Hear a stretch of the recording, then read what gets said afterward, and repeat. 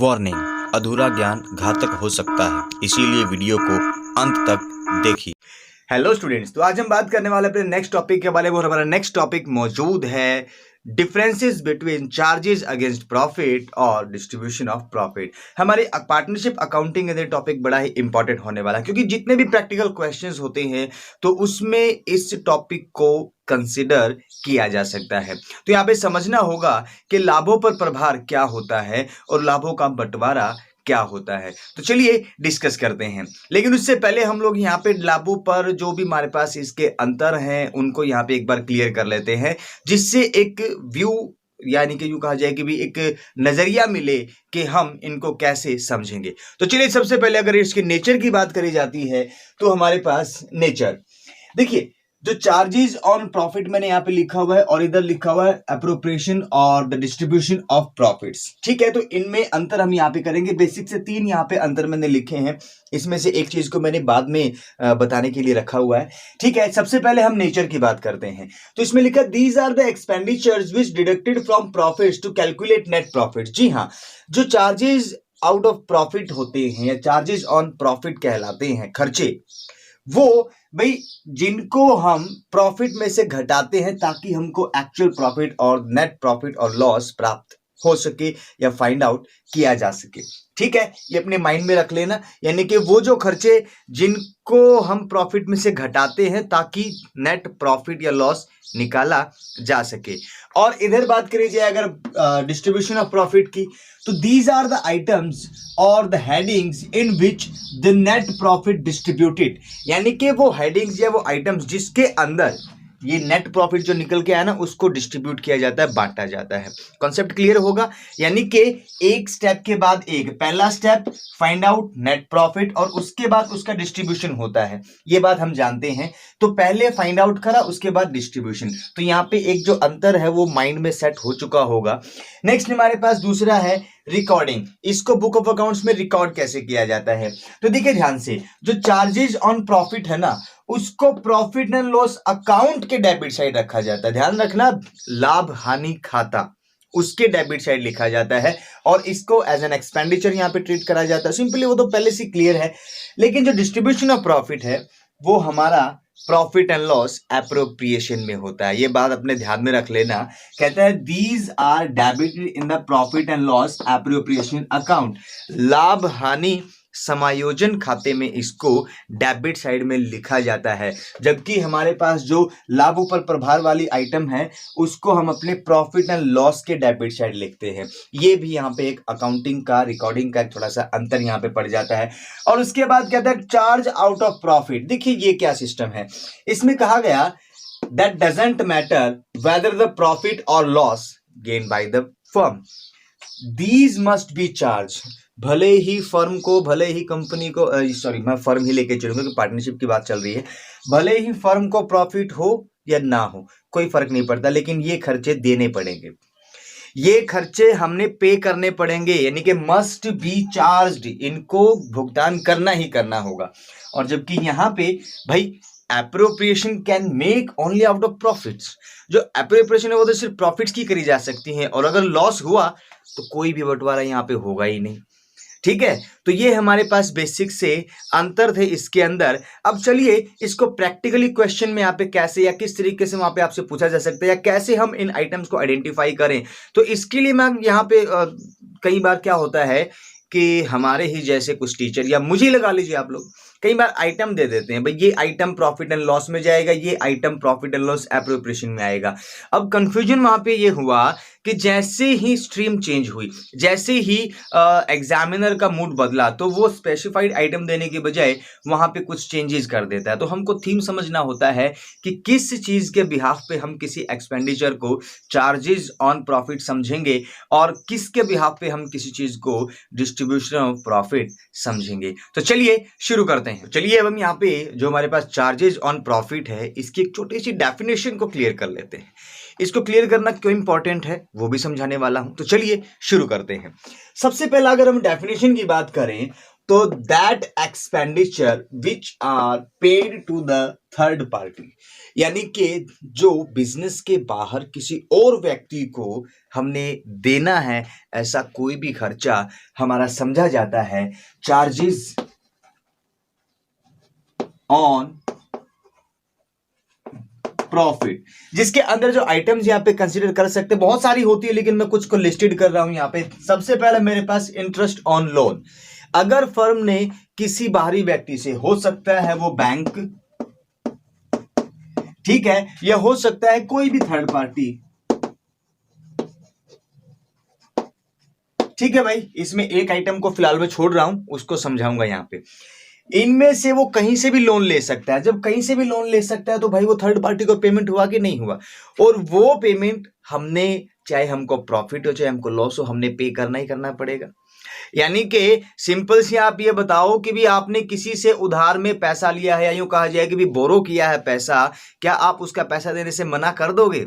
नहीं कर सकते, ठीक है। तो इन शॉर्ट ये हमारे पास वो एक्सपेंडिचर्स हैं जो हमने बाहरी लोगों को देने हैं। इसके अंदर हमारे पास इंटरेस्ट ऑन लोन जो कि बाहरी व्यक्तियों से लिया हुआ है, और रेंट पेड, किराया दिया है भाई किसी चीज का।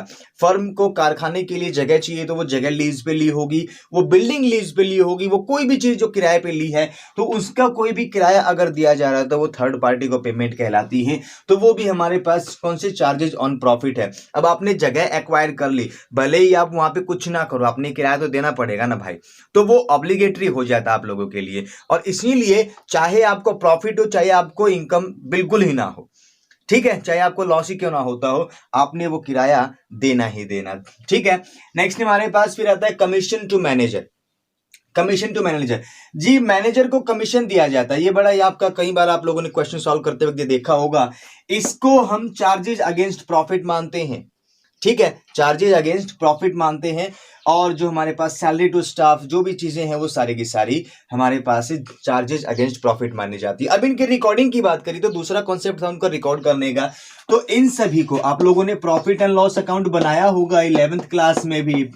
तो ये जितने भी एक्सपेंडिचर है, इंटरेस्ट ऑन लोन लगा लो, कुछ भी लगाओ, ये सब प्रॉफिट एंड लॉस के डेबिट साइड ही तो लिखे जाते थे, यानी कि इनको खर्चा ही तो माना जाता था। यानी कि सारी जो पेमेंट थर्ड पार्टी को करी जाती है वो सारी प्रॉफिट एंड लॉस के डेबिट साइड लिखी जाती थी। ये इनकी रिकॉर्डिंग होने वाली है।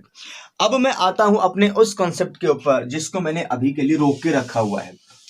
अब कुछ बच्चों के दिमाग में ये बात आएगी, और आनी लाजमी भी है भाई, क्योंकि जो पढ़ते हैं उनको पता होता है। कुछ स्टूडेंट कहेंगे सर जी आपने बैंक बता दिया, आपने थर्ड पार्टी बता दी, लेकिन अगर ये लोन पार्टनर दे दे तो क्या हो? सर हमने पिछली क्लास में इस चीज को पढ़ा था कि जो पार्टनर ने अगर फर्म को लोन दिया है तो वो भी चार्जेस अगेंस्ट प्रॉफिट माना जाता है, और उसके ऊपर जो भी ब्याज मिलेगा वो पार्टनर को मिलेगा, भले ही फर्म को प्रॉफिट हो या लॉस हो, कोई मैटर नहीं करता, ठीक है। क्यों? क्योंकि ये लोन आपको पता है ना, फर्म बैंक से भी ले सकती थी, ये लोन वो किसी और थर्ड पार्टी से भी ले सकती थी, और यहां पे उसने अपने ही पार्टनर से ले लिया, तो क्या पार्टनर ये लोन किसी और को भी तो दे सकता था ना, तो वहां से भी उसको ब्याज मिलता। तो इसीलिए अगर फर्म को लोन मिला है, भले ही वो पार्टनर से मिले, भले ही वो किसी और व्यक्ति से मिले, उसको चार्जेस अगेंस्ट प्रॉफिट माना जाता है, उसके ब्याज को, ठीक है। और उसके लिए सेपरेट अकाउंट यहाँ पे खोला जाता है, क्योंकि कुछ बच्चों की क्वेरीज हो सकती है, सर जी ये तो ठीक है लेकिन पार्टनर अगर लोन दे दे तो उसके ऊपर जो होने वाला ब्याज है वो कहाँ पे जाएगा? तो मेरे बच्चों वो भी हमने चार्जेस ऑन प्रॉफिट ही मानना है, और उसको भी हम यहाँ पे सेपरेट अकाउंट खोल के ट्रीट करते हैं। ये बात पहले भी मैं आपको बता चुका हूं। फिर कहता है रेंट पेड। रेंट अगर मान लो देखो किसी और को दिया है तो तब भी अगर रेंट पार्टनर को दे दिया जाए तो, अब ऐसा भी तो हो सकता है ना, कंपनी फर्म को चाहिए थी बिल्डिंग, अब बिल्डिंग एक पार्टनर के पास, पार्टनर कहता है मेरे पास मेरी बिल्डिंग खाली पड़ी है, वहां पे अपना प्रोडक्शन काम कर सकते हैं, तो वो उसको रेंट पे देता है। अब वो बिल्डिंग किसी और से भी तो ले सकती थी ना फर्म, ठीक है। तो इसीलिए पार्टनर को यहाँ पे जो भी किराया दिया जा रहा है वो चार्जेज ऑन प्रॉफिट होगा, भले ही फर्म को प्रॉफिट हो भले ही फर्म को लॉस हो, कोई मैटर नहीं करता, वो फर्म ने पे करना ही करना होगा। और commission to the manager, manager को दिया जाने वाले कमीशन के बारे में भी यही है भाई। लेकिन अब क्वेश्चन कर देंगे बच्चे, सर जी हमने तो पार्टनर को दिया जाने वाला कमीशन भी पढ़ा था, तो भाई वो चार्जेस ऑन प्रॉफिट नहीं होने वाला है। एक्सेप्शनल केसेस में अगर पार्टनरशिप डीड के अंदर पहले से ही मेंशन कर दिया जाए कि जो हमारे पास है कमीशन टू पार्टनर, वो चार्जेज ऑन प्रॉफिट नहीं माना जाएगा या माना जाएगा, अगर वहां पे क्लियरली करा जाए तो बात अलग है। लेकिन जब तक कुछ भी ना कहा जाए तो पार्टनर का कमीशन तो हम लोग यहाँ पे एप्रोप्रिएशन ही मानेंगे, लेकिन मैनेजर का कमीशन चार्जेज ऑन प्रॉफिट मानेंगे। और उसके बाद सैलरी टू स्टाफ, तो स्टाफ क्या है भाई, थर्ड पार्टी में आ जाता है, वो मैनेजर नहीं, वो पार्टनर नहीं है। पार्टनर नहीं है तो कोई भी बंदा जो पार्टनर के अलावा जिसको पेमेंट यहाँ पे करी जाएगी वो थर्ड पार्टी में कंसीडर करा जाता है और उसको हम चार्जेज ऑन प्रॉफिट मानते हैं। और आप सभी जानते हैं कि सारे के सारे जितने भी आइटम्स है प्रॉफिट एंड लॉस के डेबिट साइड लिखे जाते हैं, और चाहे फर्म को प्रॉफिट हो चाहे फर्म को लॉस हो, कोई मैटर नहीं करता, यहां पे वो पेमेंट फर्म ने करनी ही करनी होगी। ठीक है, अब हम बात करते हैं डिस्ट्रीब्यूशन ऑफ प्रॉफिट। हम यहाँ पे बात करने वाले हैं डिस्ट्रीब्यूशन और द एप्रोप्रिएशन ऑफ प्रॉफिट्स। तो देखिए क्या होता है, तो ये वो आइटम्स और हेडिंग्स होती हैं या वो खर्च होते हैं जो नेट प्रॉफिट को एक किस्म से डिस्ट्रीब्यूटेड करने के लिए किए जाते हैं। यानी कि सिंपली हम क्या होता है, हम डिफरेंट काइंड की हेडिंग्स के अंदर अपने जो नेट प्रॉफिट है उसको बांट रहे होते हैं, उसको डिस्ट्रीब्यूट कर रहे होते हैं। कैसे? सबसे पहले आप लोग यहाँ पे अपना समझ लीजिए profit and loss appropriation account. इससे पहले हम सिर्फ प्रॉफिट एंड लॉस अकाउंट की बात कर रहे थे, अब एप्रोप्रिएशन। तो यहां पे जो भी हमारे पास बाय नेट प्रॉफिट आता है, ठीक है, उसको हम भाई कुछ तो सैलरी के रूप में दे देंगे, कुछ पार्टनर्स को उसका कमीशन दे देंगे, कुछ उनको उनके इंटरेस्ट ऑन कैपिटल दे दिया जाएगा, कुछ हिस्सा रिजर्व के रूप में रख लिया जाएगा ताकि फ्यूचर में कोई प्रॉब्लम हो तो उसको टैकल किया जा सके।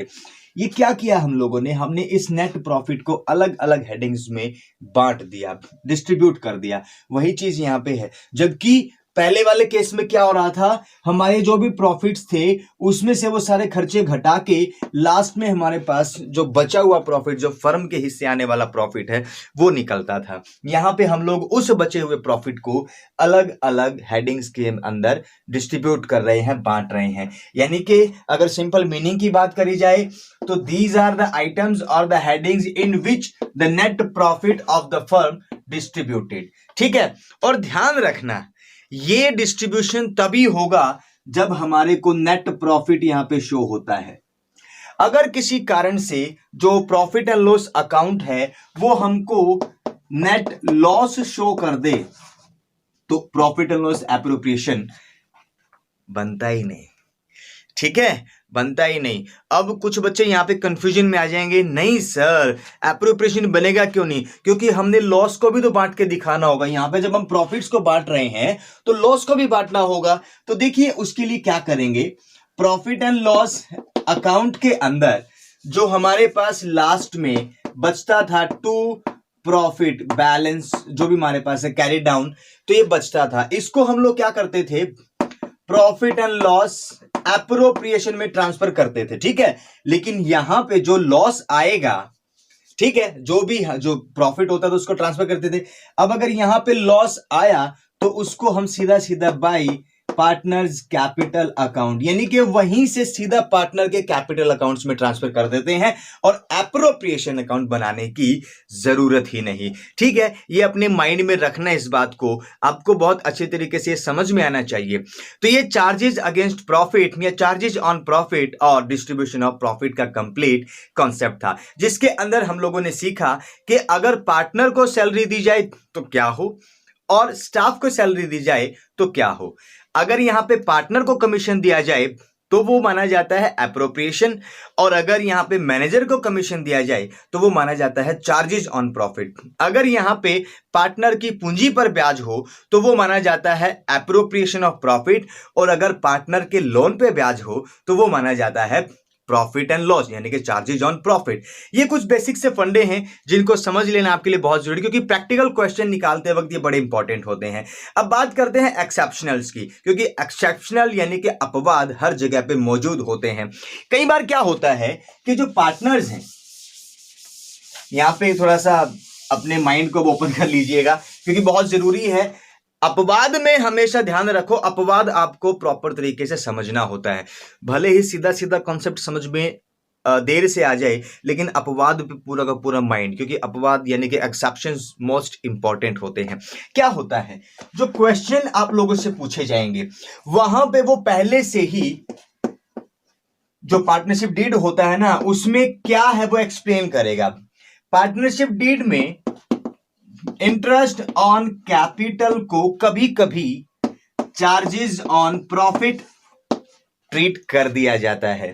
पार्टनरशिप डीड में ही कभी कभी जो पार्टनर को मिलने वाला कमीशन है उसको चार्जेस ऑन प्रॉफिट घोषित कर दिया जाता है, जिससे हमारी मजबूरी हो जाती है कि हम इनको प्रॉफिट एंड लॉस एप्रोप्रिएशन में नहीं, प्रॉफिट एंड लॉस अकाउंट में इनको शो करेंगे। ये अपवाद होते हैं जो कि पार्टनरशिप डीड में पहले से ही घोषित कर दिए जाते हैं, क्रिएट कर दिए जाते हैं। तो इनके बारे में भी आप लोगों को काफी अवेयर रहना होता है। ये था हमारे पास कॉन्सेप्ट। इसी के साथ ये आज का लेक्चर एंड। अब इससे अगले वाला जो लेक्चर आने वाला है, आई होप कि आज ही आ जाए, लेकिन उम्मीद करते हैं कि कल तक डेफिनेटली वहां पे इस लेक्चर को अपलोड कर ही दिया जाएगा। तो उसमें हम लोग इससे रिलेटेड प्रैक्टिकल क्वेश्चंस और इस चैप्टर के बचे हुए कुछ और इंपॉर्टेंट कॉन्सेप्ट्स को करने वाले हैं। शायद 1 या 2 वीडियो और रहेंगी इस लेसन की, उसके बाद ये लेसन हमारा कंप्लीट हो जाने वाला है। तो आज के लिए इतना ही। बहुत बहुत धन्यवाद। Thank you.